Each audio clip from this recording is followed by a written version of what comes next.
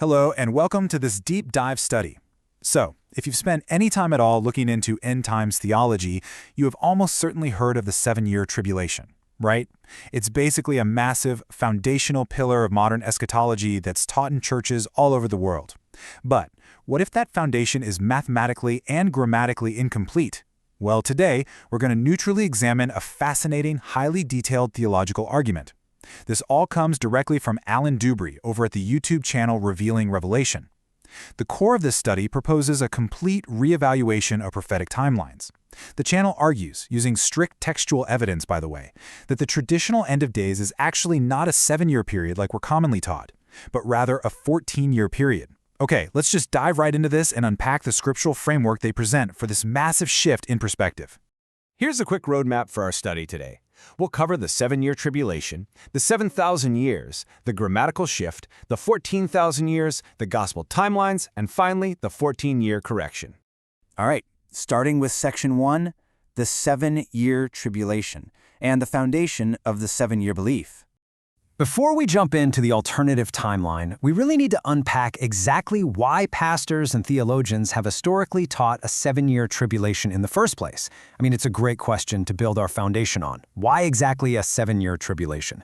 Think about the massive cultural impact of this single number for a second. Generations of sermons, countless best-selling books, even blockbuster movies are all built entirely on the assumption that the end of the world culminates in exactly 7 years of turmoil. It's so deeply entrenched in popular culture that it's rarely ever questioned anymore. But where does it actually come from? Well, according to our source, this entire 7-year framework isn't based on dozens of different verses sprinkled throughout the Bible. Nope. Instead, generation after generation of theologians have relied heavily on one specific, ancient text to build this whole concept. That crucial text is found in the book of Daniel, specifically chapter 9, verses 24 through 27. The traditional 7-year belief rests almost entirely on the interpretation of this one passage. The scripture speaks of 70 weeks that are determined for the people. Now, in ancient prophetic context, a week actually meant a week of years, or a 7-year period. So traditional interpretation teaches that Jesus fulfilled exactly 69 of those weeks of years, which is 483 years, when he came the first time. Theologians believe the prophetic clock paused right there, leaving exactly 1 week, or one 7-year period, just hovering in the future. The source notes that this remaining 1 week is literally the solitary pillar holding up the entire mainstream 7-year tribulation theory. Moving right along to Section 2, the 7,000 years and the millennial day theory. We are now going to look at how this foundational 7-year belief scales all the way up into the macro timeline of human history. Beyond just the tribulation, there's a grand timeline that pastors often teach to explain the entire span of human existence. Theologians traditionally take the literal 6 days of creation found in Genesis 1, plus the 7th day of rest in Genesis 2, and they map those days directly onto human history. The logic here is that the Lord's work week translates directly to human epochs. So they equate the 6 days of creation to 6,000 years of human history, which is then followed by a 1,000-year millennial reign of peace and rest. Put that all together, and you get a grand total of 7,000 years from start to finish. Now, the primary scriptural justification for this grand mapping comes straight from 2 Peter 3:8. Pastors look at this verse and usually assume Peter is just using a bit of poetic repetition here. They think he's saying it forward, 1 day is with the Lord as 1,000 years, and then he's just saying it backward for emphasis, and 1,000 years is 1 day. Well, that assumption of poetic repetition is the essential glue holding this entire 7,000-year theory together in mainstream teaching. And that brings us to Section 3, the grammatical shift and the power of punctuation. This is where our source, Revealing Revelation, pivots the narrative using strict linguistic clues hidden in plain sight. Here is where the source completely flips the script. They argue that we absolutely cannot ignore basic punctuation in these ancient texts. Dubray points out a specific ironclad grammatical rule. In scriptural prophecy, punctuation dictates exact mathematics. Specifically, when you have a comma followed by the word and, it implies a separate event that happens in addition to the first one. It's an addition equation.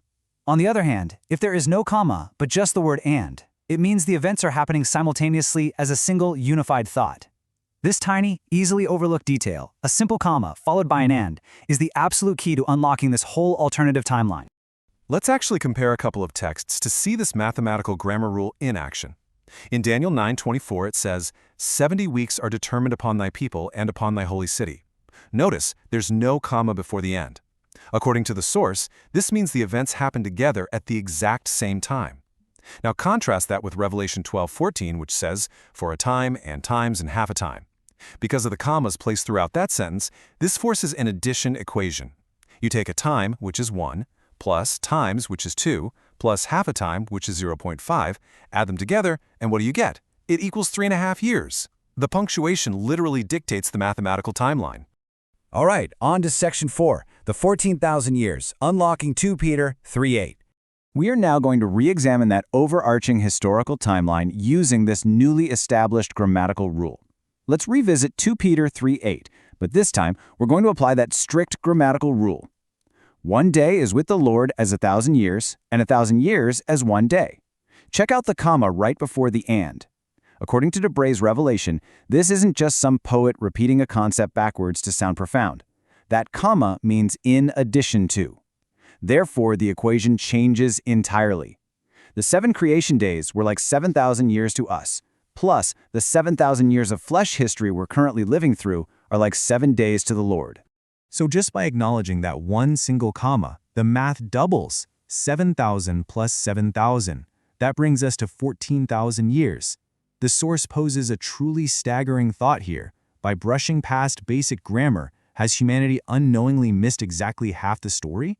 The total macro span of creation in history isn't just 7,000 years. According to this textual evidence, it's actually a 14,000-year span. Let's move on to section 5, the gospel timelines, a divided audience. This is the next major piece of the puzzle. The source presents a deeply fascinating view regarding how theologians study the New Testament. Often scholars will just mash all the Gospels together into one single timeline, trying to harmonize them. But the source argues this is a critical error. The modern church's foundation is built almost entirely on the Gospel of Matthew, while just kind of taking a little from Mark and a little from Luke to fill in the gaps. Revealing Revelation argues that Matthew, Mark, and Luke shouldn't be mashed together because they're actually speaking to completely different groups of people during entirely different prophetic timeframes. To really understand this, we have to dedicate a second to unpack each gospel-specific focus. Luke focuses heavily on a distinct period called the above and the pre-tribulation, specifically pointing to passages like Luke 21:36 to establish this earlier timeline. Mark, on the other hand, covers an entirely different segment, the 6 years of seals and a mid-tribulation rapture event. And finally, the Gospel of Matthew exclusively covers the 7 years of trumpets. This completely explains the grand confusion. If your entire theological foundation is built mostly on Matthew, you are completely isolated to his specific perspective.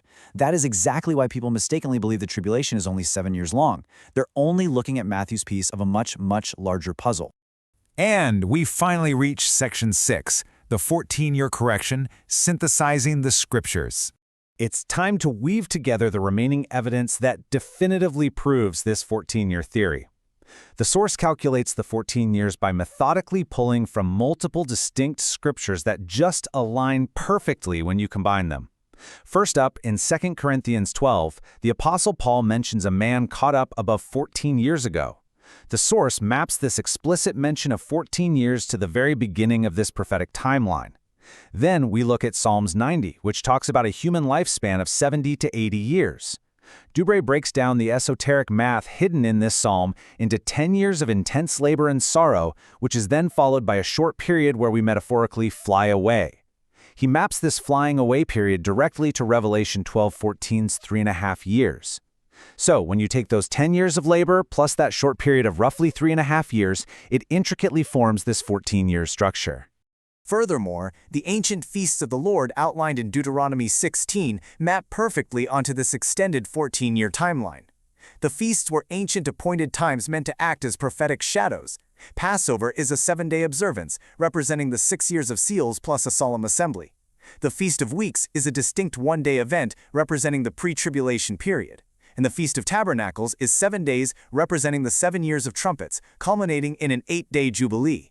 When you methodically map out these feasts back to back, exactly as they're meant to be observed, you clearly get a timeline that far exceeds a mere 7 years. Putting this grand synthesis all together, we get a profoundly detailed step-by-step sequence. The corrected timeline begins with a 50-day period called above. That's followed by the 6 years of seals, drawing strictly from the Gospel of Mark. Then, a mid-tribulation rapture occurs. Only after that do we enter the infamous 7 years of trumpets, which is the period detailed in the Gospel of Matthew that most people are familiar with. Finally, the entire sequence concludes with the Jubilee. It's a highly structured, grammatically cohesive, 14-year synthesis of end-of-days prophecy. Remember, we are simply mapping out a full summary of the fascinating, neutral research presented by Alan Dubry. We've only really scratched the surface of the math and scripture he uses today. If you want to see how he defends this massive 14-year shift in detail, please check out his channel, Revealing Revelation. A link is below in the description box. And as you head down to the description box, remember that digging into these complex topics takes immense time and dedication. Prayers for the Watchmen channels are very much appreciated, and give a hype and like, please. I'll leave you with this final thought to ponder. Based on the precise textual clues, the addition dictated by commas, the layered math of the Psalms, and the distinct separate audiences of the Gospels, what if our foundational understanding of prophetic timelines truly missed exactly half the story? It's a staggering paradigm shift to consider. Keep learning, keep questioning everything you study, and we'll catch you next time.